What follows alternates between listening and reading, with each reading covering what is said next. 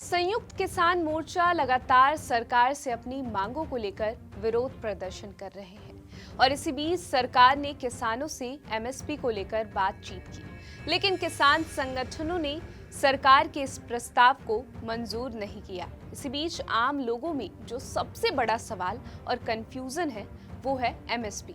आखिर एमएसपी है क्या और क्यों इसे लेकर लगातार विरोध हो रहा है? जानेंगे इन सारे सवालों के जवाब। उससे पहले आप हमारे चैनल punjabkesari.com को सब्सक्राइब कर लीजिए ताकि आपकी नजरों से कोई खबर बच न पाए। सबसे पहले समझते हैं एमएसपी क्या है और उसके बाद जानेंगे कि यह देश में सबसे पहले कब लागू हुई थी। एमएसपी यानी मिनिमम सपोर्ट प्राइस किसी भी फसल के लिए वह न्यूनतम मूल्य है जिसके माध्यम से सरकार किसानों का समर्थन करती है।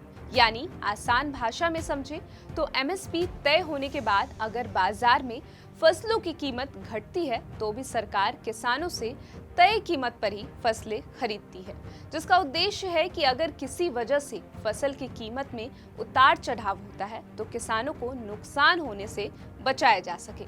इसलिए सरकार एमएसपी तय करती है। बता दें कि पहली बार एमएसपी केंद्र द्वारा 1966 में पेश किया गया था। तब आजादी के समय भारत को अनाज उत्पादन में घाटे का सामना करना पड़ा। उसके बाद साल 2014 और 2015 में लगातार 2 बार सूखे की घटना के कारण किसानों को बहुत नुकसान हुआ था, जिसको देखते हुए सरकार ने 14 खरीफ फसलों पर एमएसपी तय किया था। वर्तमान में कृषि अर्थव्यवस्था के जानकारों के अनुसार भारत अपने किसानों से जरूरत से ज्यादा अनाज खरीद रहा है। साल 2022 में सरकार ने करीब 600 लाख टन चावल खरीदा था, लेकिन राष्ट्रीय खाद्य सुरक्षा कानून के तहत 350 लाख टन चावल की खरीद ही काफी थी। फिलहाल भारत में इतने अनाज की भंडारण व्यवस्था नहीं है, लिहाजा भारी मात्रा में अनाज खराब हो जाता है। जानकारों के मुताबिक इस प्रक्रिया में देश का अहम संसाधन बर्बाद हो रहे हैं। वर्तमान में आंदोलनकारी किसान अपनी फसलों के लिए न्यूनतम समर्थन मूल्य की गारंटी देने की मांग कर रहे हैं। इसके अलावा स्वामीनाथन आयोग की रिपोर्ट में बताए गए फॉर्मूले को लागू करने की भी मांग कर रहे हैं। बता दें कि इस फॉर्मूले के अनुसार किसानों को फसलों की लागत का 1.5 गुना कीमत मिलनी चाहिए, लेकिन सरकार की ओर से दिए गए प्रस्ताव में एमएसपी पर गारंटी देने का वादा नहीं किया गया था और किसानों को गारंटी चाहिए। सरकार ने किसानों को सिर्फ धान और गेहूं के बजाय तिलहन दलहन की खेती करने का सुझाव दिया है, जिसमें खेती, जलवायु और मिट्टी की उर्वरकता में सुधार होगा और दालों के लिए भारत की आयात पर निर्भरता कम होगी। इस मामले में किसानों और मंत्रियों की बैठक के बाद पीयूष गोयल ने बताया कि किसान नेताओं ने कहा है कि किसान मक्का, दलहन और कपास जैसी फसलें पैदा करने में हिचकिचाते हैं और किसानों को लगता है कि इससे उन्हें भारी घाटा हो सकता है, क्योंकि ये फसलें एमएसपी पर नहीं खरीदी जाती।